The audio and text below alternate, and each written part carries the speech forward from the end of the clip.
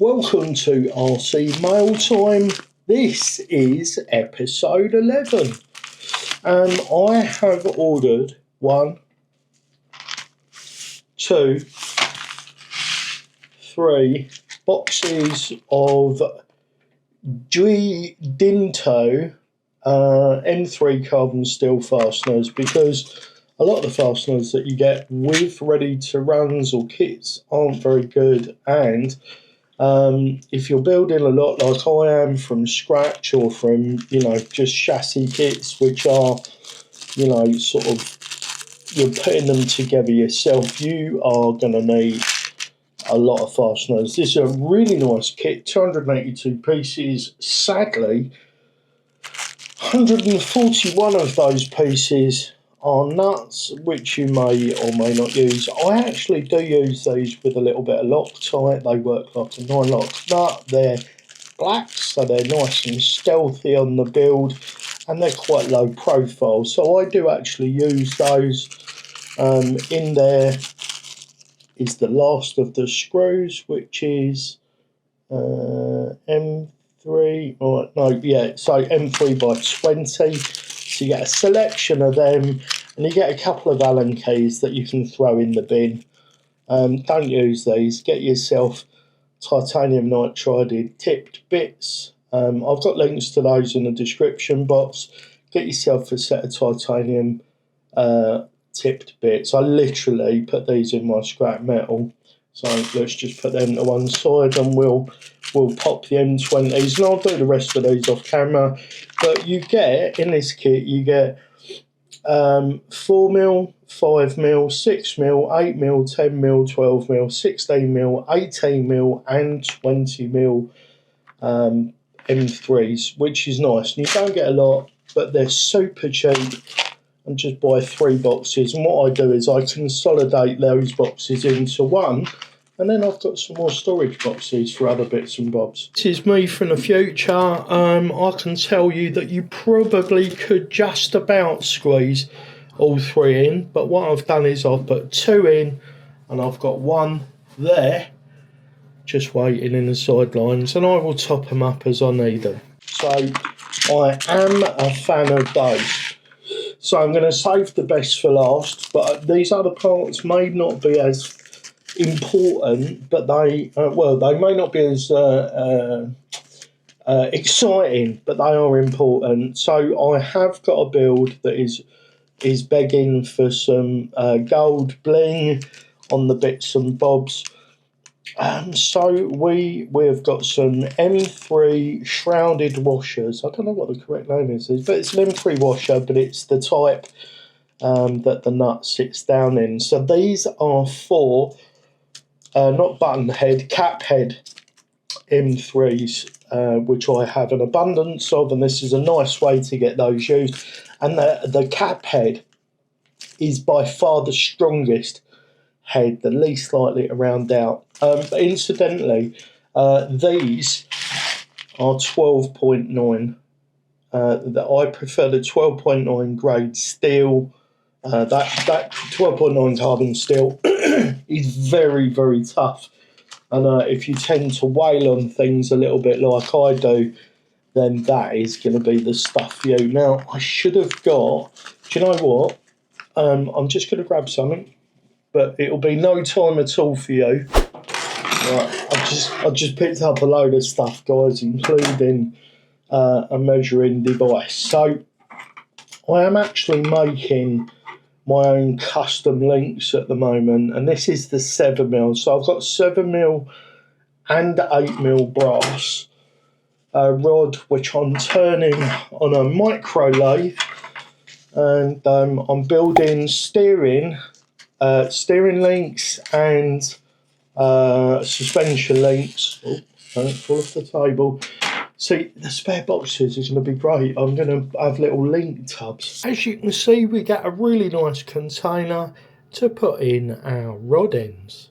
I'm like Mr. C from Crawler Canyon in many ways, but one definite crossover between the pair of us is that I really love a box. I love little Tupperware tubs, and I've probably got more than I need, but, hey ho.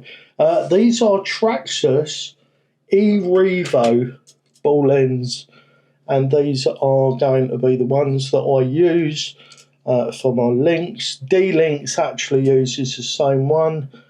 So that is a 6.3 wide and 5.7 on there, and it's obviously it's for M3. Sorry, for M4 rather. These are M.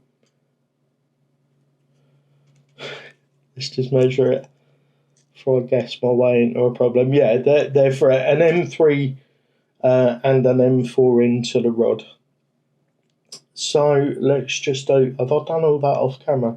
So these are 6.9. So 6.9, 6.86, all the way up to nearly 7. So they're not perfectly concentric, but let's have a little look at that again. This is very, very close to being a perfect 7. So the idea is that I put an M4, I put a hole in there and tap it, and then I put an M4 set screw, and then I fit one of these, and as near as damn it, you get a perfect transition between the brass rod and the Revo end. These are very strong. They were designed for bashers, so they are very, very strong, and the ball ends, once they're in, they're nice and slick in there, and yeah, they fit really, really well. And you also get good clearance because they're skinny that way, you know, if you're on an angle. They work really well, and maybe that wasn't the best choice of things to do, to tip it all over there. But there you go. If you're interested in the custom links, just keep watching the channel. I'll do a proper announcement. I've got 3 packs of those because I've got a lot of refining of the system to do before it's ready for sale. But if you are interested, please stay tuned to the channel. They will be available. I guess I'll do like an Etsy store, or I'll do like a direct purchase website using one of the website builders or something. But we'll get to that when we get to it. Can anyone guess what this skid is for? That might be a little bit telling. If you've bought one of those, you'll know. Sorry, OD3 manufacturers. It's D-Lux, isn't it, that makes the OD3. I bought the cheap Chinese knockoff one because I just can't afford the real deal, and plus the shipping. It's really the shipping that really kills it off. Really, really nice gearbox with built-in overdrive. It has this really nicely printed cap on the back for you to get access to the back of the gears. One of the things that I was a little bit surprised with, and it's not a problem, it does not come with a pinion. You will have to supply your own 48 DP pinion. I believe it's 48 DP. Again, I'm guessing. But it feels incredibly smooth. Now, this was very cheap. I'm going to put the price there.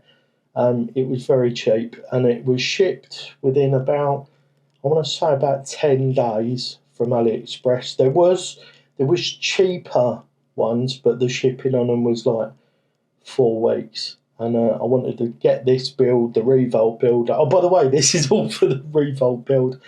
Yeah, so that's the only 3. It does feel very light, and I should have brought my scales. But what I'll do is I'll pop the weight there. This is a very, very light setup. We're putting the secure motor and ESC combo that featured in a earlier edition of RC Mail Time. So you'll see this also popping up on the Revolt build at some point. We're not sure if we're going to use this. My friend Jamie from the 404 group, the Crawler Canyon group on Facebook, has offered to print me a skid that he's designed for the Revolt build that also has a battery tray for small batteries on the front of it. So that would get battery behind the servo, behind the axle, very, very low. It looks like a really, really nice system. I'm not sure if anybody else actually uses it, but with this on there with the Outrunner, there's there's a load of room here for that setup. So watch this space for that. If you're building an LCG, maybe you can steal some ideas from that. And that leaves us just one last thing to do. So as you can tell, we're always struggling for real estate here on the bench. Yes, I do play the penny whistle and the recorder and the flute and the didgeridoo and the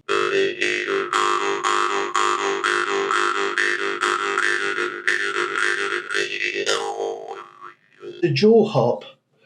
And a little tiny little bit of piano and stuff. I think everybody should do a little bit of that. But that has got absolutely nothing to do with RC Mail Time or this body. So, as you may or may not know, in another episode, I showed off a huge body that I was considering using, and I may still use, but I also bought this one as well.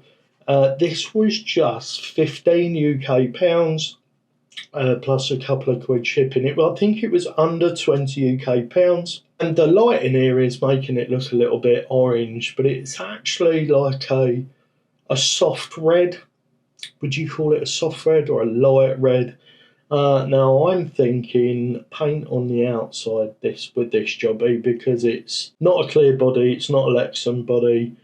And yeah, I thought this might be an opportunity for me to have a go at a slightly more technical paint job, something a little bit more stylish, something that really sort of does give me a chance to elevate my game, I guess. Now, if you buy this body with all the accessories, all the VW accessories, it can get a bit spendy. So I may see if I can swap in some other accessories to fill those spots, or I might just pull the trigger and get the bits. But we do not want to put too much weight. And this shell, as it stands, we're going to be chopping it up a fair bit, but as it stands, is about 160 grams. And that is way more than we want to be putting high up on a performance crawler. So things are subject to change, but I thought I would share this with you. This is the VW Baja Bug shell from Model Sport in the UK. If I can find some links, it will be down there with all the other links below. That's it for this one, guys. Remember, no matter the question, love is always the answer. How are you doing today? Are you good? If not, reach out to me. We can talk. Bye for now.